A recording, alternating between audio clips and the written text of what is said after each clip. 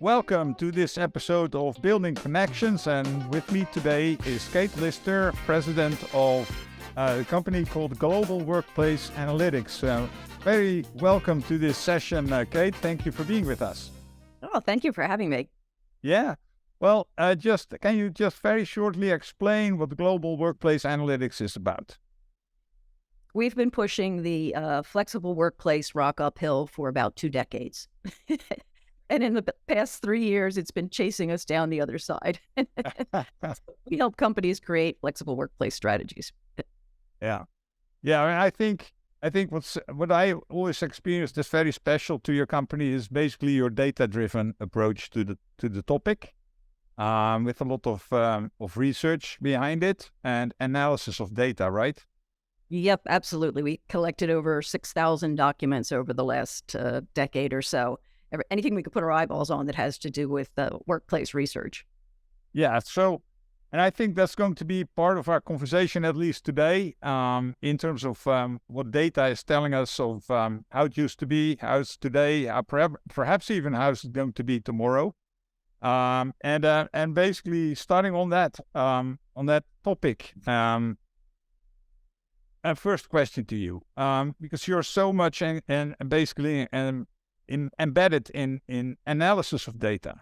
What I seem to have learned in the past is that there's sometimes this misinterpretation of data. Data seems to tell you something, but it effectively is producing another type of information if you really look closely to it.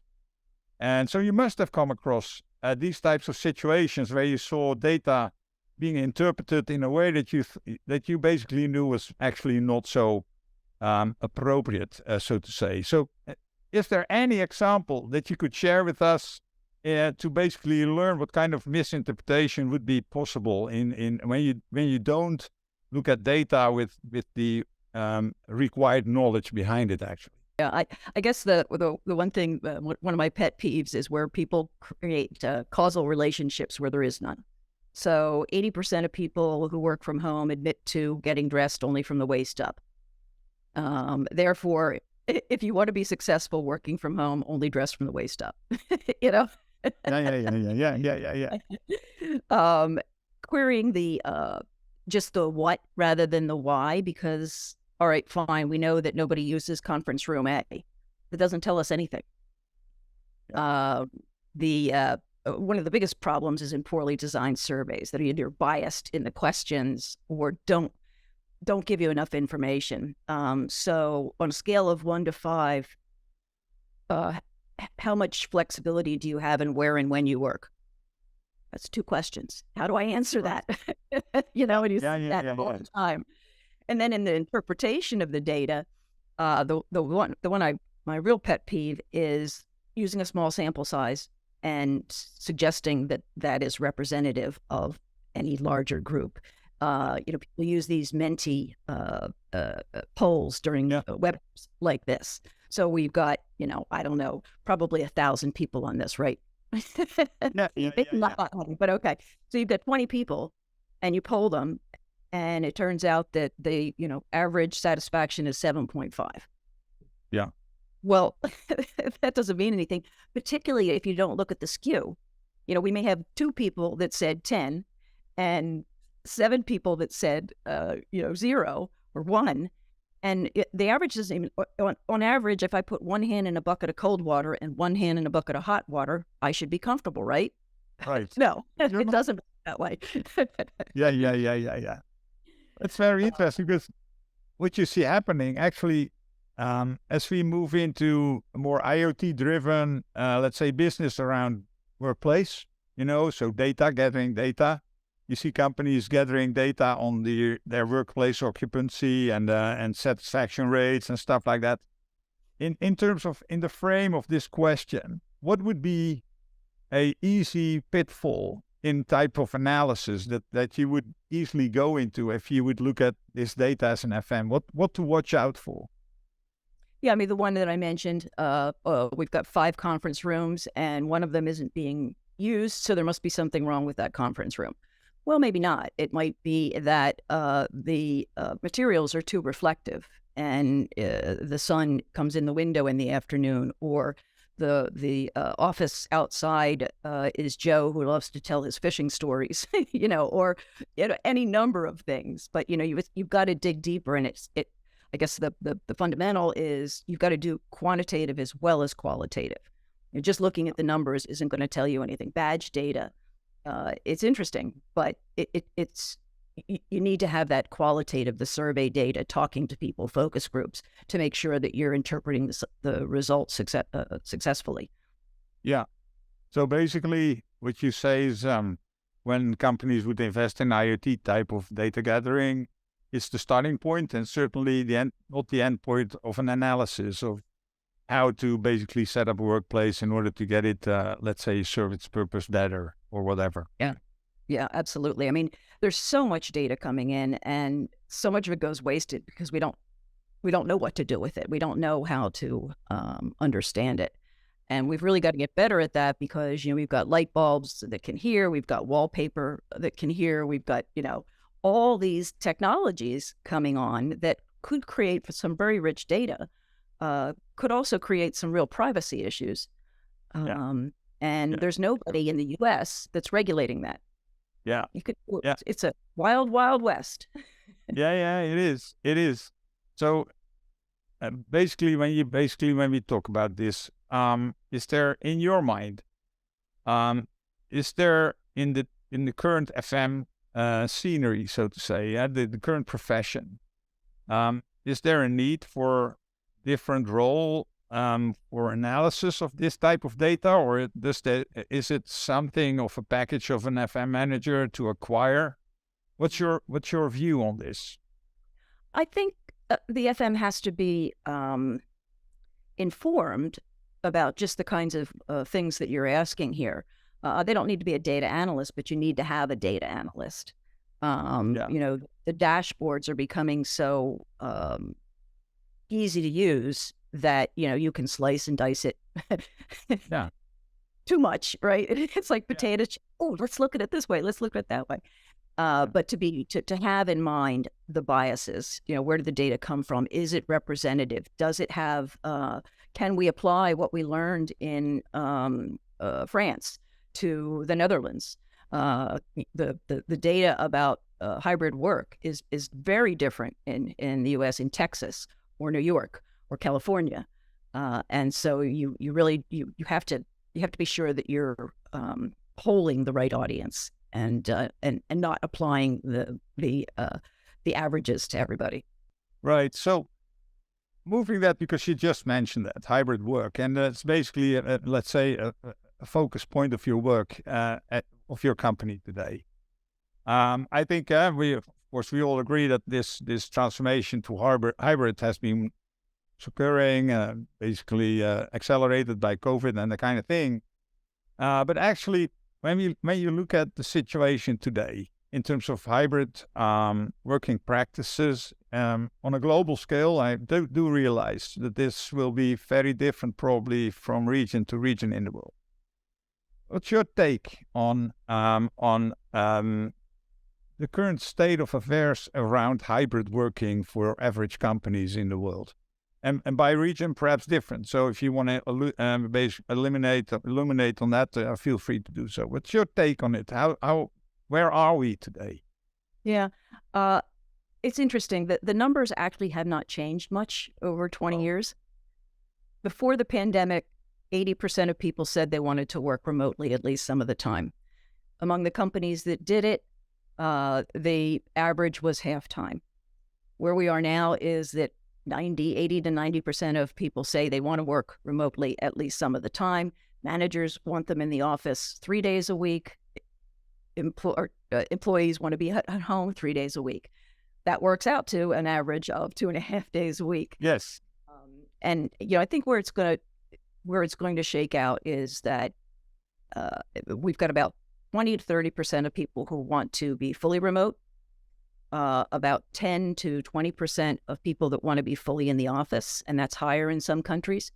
And that balance of 50 to 60% are in the middle. They want hybrid. They recognize the need to have some connection with the office. So across the globe, it's actually more similar than it is dissimilar. Yeah. There are some, yes, absolutely. There are some countries where there's sort of more of a dependence on going out for a drink after work. Yeah. The UK. And in some countries, Ireland, for example, they're heavily interested in this because it would reduce the outbound migration of talent.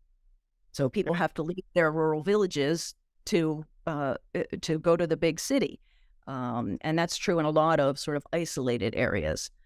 But the numbers, I guess the lowest I've seen by country is about 50% of people want to work remotely. Okay.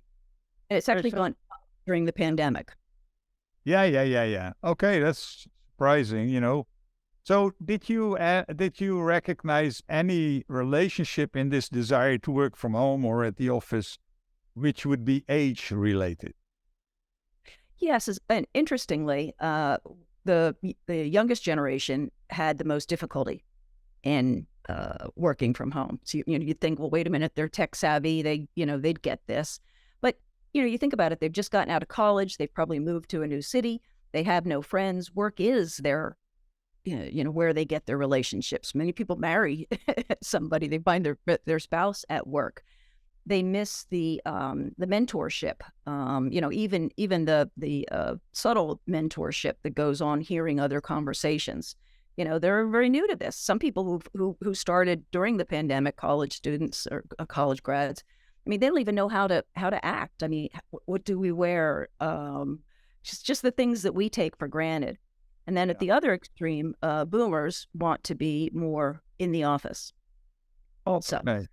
Yeah. And I figure that's because their spouses don't want them at home. They're retired, and there's like, get out of my hair. No, I mean, I think I never thought of that. It's what they're used to. Actually, airline pilots have a big problem with this when they retire. Their wives used to having them at home. It's like, get out of my hair. Yeah. Well, yeah. Well, I didn't count on that actually, because what I can imagine that when you're a young professional, one of the things you need is to create your own social network around work in order to connect up to your colleagues and stuff, and basically to enable you to have a career. Much of it is as much as personal connections as to knowledge of the business in itself, of course. So I can relate to that. Homes. I'm sorry. And they also have smaller homes. So, they're sharing an apartment. They just don't have the place for it. It's one of the other reasons. Yeah, when I was walking around, for instance, in Hong Kong, and I looked at these homes that on average that you'll find in the center of the city. It's very small per home. It's not many square feet or square meters that people have. So I can imagine in these type of cities, the working from home has a completely different type of a ring to it than it's when you were in a rural area in Sweden or Norway, for instance. Yeah, absolutely. But in China, for example, they've got the same problem that Ireland does. People have to leave their villages, and they're very family oriented. To go into the city to work, and this gives them other opportunities to work from home. Yeah. So, but in all, you state actually that this hybrid working, so spending time from out of the office, is going to be a structural element to it. At the same time, you mentioned that managers actually like people to be in the office itself. Is it your impression that management is basically accommodating to the new kind of situation that you just can't manage by being present, but you have to basically manage the job being done by its outcome? Yeah, that's been the biggest problem since Jack Nellis invented the term telework in 1973. Yeah. It was going to transform the way we work. He's still consulting, by the way. I think he's... Oh, yeah? Yes. And it's just that managers don't trust their employees. And we're still hearing that now. The top things that pushback we're getting is managers, leadership that say it's going to reduce our cultural connection with one another. It's going to reduce productivity. It's going to impede innovation, and it's going to reduce engagement. Yes. The research shows just the opposite on every one of those points. I mean, there's plenty of things to worry about with hybrid, but those aren't the things. Okay. And it's not just research during the pandemic, it's before the pandemic. I mean, there's a meta study of productivity before the pandemic that took 20 other studies and said, no, it's real. It increases because, for one thing, people give back 40% of the time they would have otherwise spent commuting. That's been true for the last 15 years also. Yeah. Cultural connection. Gartner came out with a study that said the cultural decline happened before the pandemic. And we were sort of using the office as a proxy for culture. Culture is about people. It's not about, the office. Right. And engagement.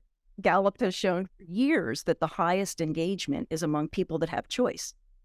And 4 days a week was where it peaked. 4 days a week working from home. 5 days a week was the same as being in the office full time. And that has up. What was the other one? Innovation. Innovation is a two-part process. Creativity is one part and innovation is the other. And creativity happens when you're alone, when you're walking the dog, when you're taking a shower, when you're driving the car.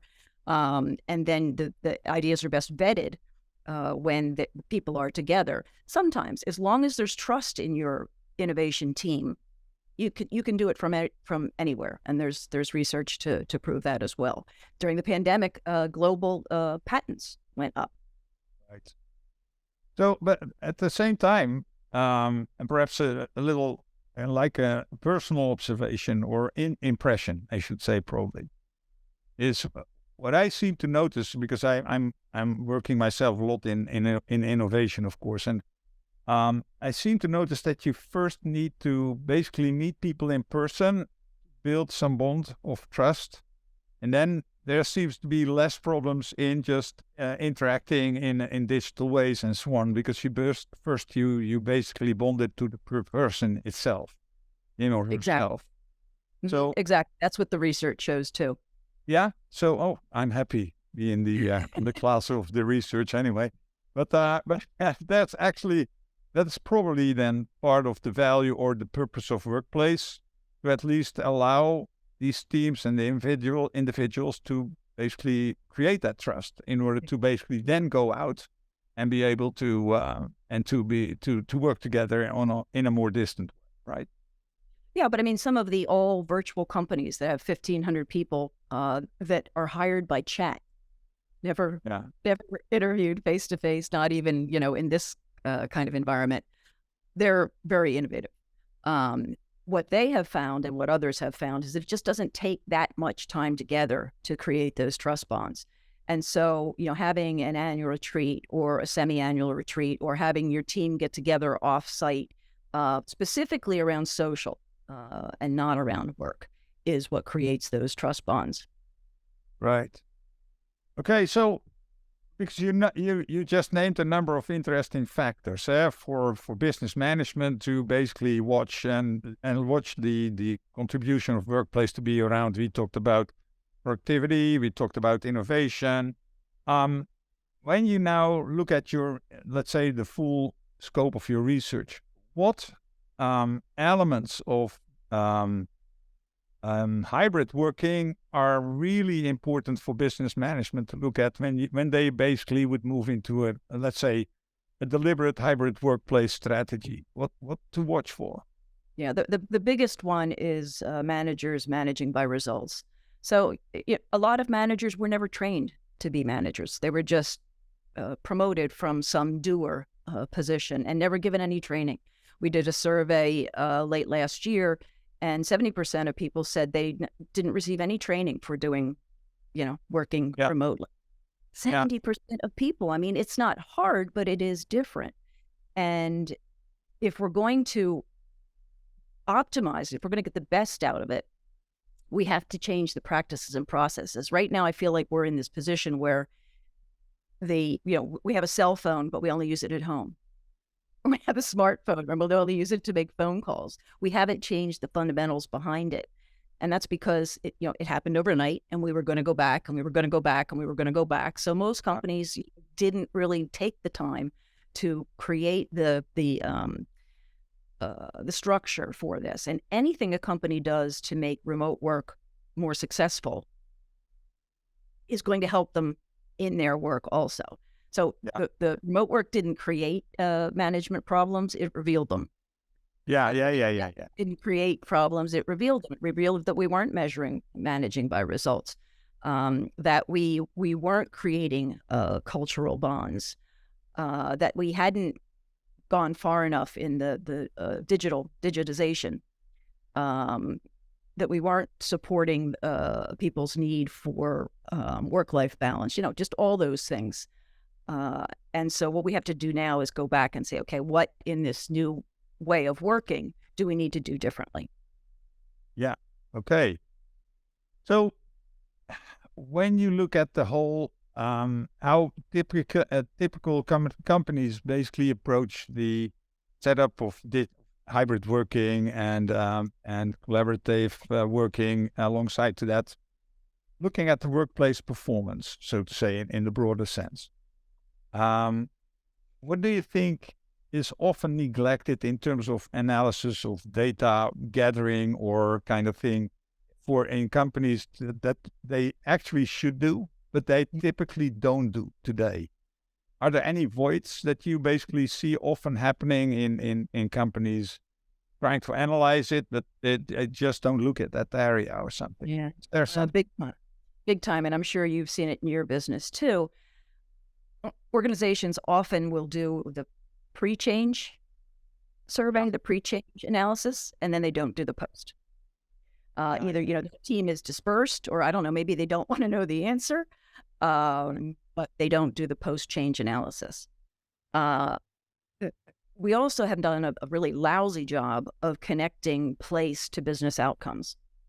How does this brand new office, these all these things that we put in, does it actually move the needle? The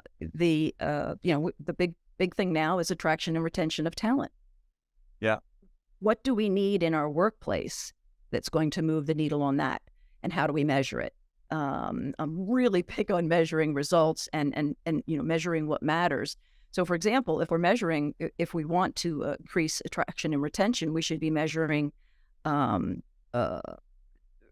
ratio of acceptances to offers, voluntary turnover, number of applicants received, number of diverse applicants received. When a company asks me what we should be measuring, it has to be about what is it you're trying to achieve. If we're trying to achieve sustainability, that's going to be one set of measures. If we're trying to increase productivity, innovation, the measures have to match that, and they need to be all combined to business outcome if real estate wants to be relevant to the C-suite. Right. So to your point, I've sometimes had some thoughts like, if you as a company would denominate the 5 most successful projects in the year, and then go into research, where did it take place? Where were the people when this project was being executed? Is there something you can learn? Is it in a certain area? Is it in a certain was there anyway a role of the workplace setting or whatever? Is there something you could say about it? Might shed a completely different light, of course, on what you could call successful or not successful workplace settings, Yeah, absolutely. How do you do that? Yeah, we never do it. Where were the 5 most successful projects, and where did they actually take place? No, I agree. And what are the fundamentals behind that? And then you can move along. We've ignored for years that we know people don't care about ping pong tables. They want a sense of purpose. They don't want sliding boards. They want to be trusted. They want to know that they have a career opportunity with this organization. They want values that match their own. Those are the stuff I always think of Maslow's hierarchy. That's the stuff at the top. The bottom, we have to get, we just have to get right. But we don't. What are the biggest complaints in workplace? Heating and cooling, noise, Yeah. bathrooms, Yeah. coffee, lighting. Okay. Yeah. That's pretty basic. And that's the basic needs at Maslow, Maslow's hierarchy. We've got to get those right. And then stop spending, then use that money to do the things you need to do to create those higher level, to satisfy those higher level needs. Okay, so we're coming so close to a close, I would say, for the conversation. A great conversation. Thank you for that. But if you look ahead to developments on workplace and hybrid working, everything that you basically do your research about, what kind of advice would you leave to the audience listening to this conversation to do when they are basically looking at the next stage of their services in their companies? What to watch out for? What to concentrate on? First thing, trust science over your gut. There's all this leadership that's saying losing culture, losing productivity. Okay, prove it. Maybe you are, but you've got to measure it or you're not going to know. And you've got to have a control group. And that's the second thing, measuring what matters, and keep learning, and keep being willing to change. One of the things I find is that large companies in particular aren't willing to adopt new technologies, particularly if they come from small companies. But it's the small companies that are innovating and that are agile. And so we've got to kind of change our view of that. Oh, cool. Thank you very much. So I can imagine that people would like to contact you on perhaps some support on their endeavors around workplace. I think we will be publishing your company with this broadcast, of course. Is there any way they can get in contact with you personally as well? Thank you for asking. Yeah, please, LinkedIn. I'm very active on LinkedIn. And Global Workplace Analytics. We've got a lot of free white papers and best practices. And I'm Kate at globalworkplaceanalytics.com. Okay, Kate, thank you very much for a very interesting conversation today. Thank you for your insights. Yeah, great to talk to you. Okay, and with that, I thank the audience for listening in, and I'm hoping to see you next time again for another episode. Thank you for today. Bye-bye.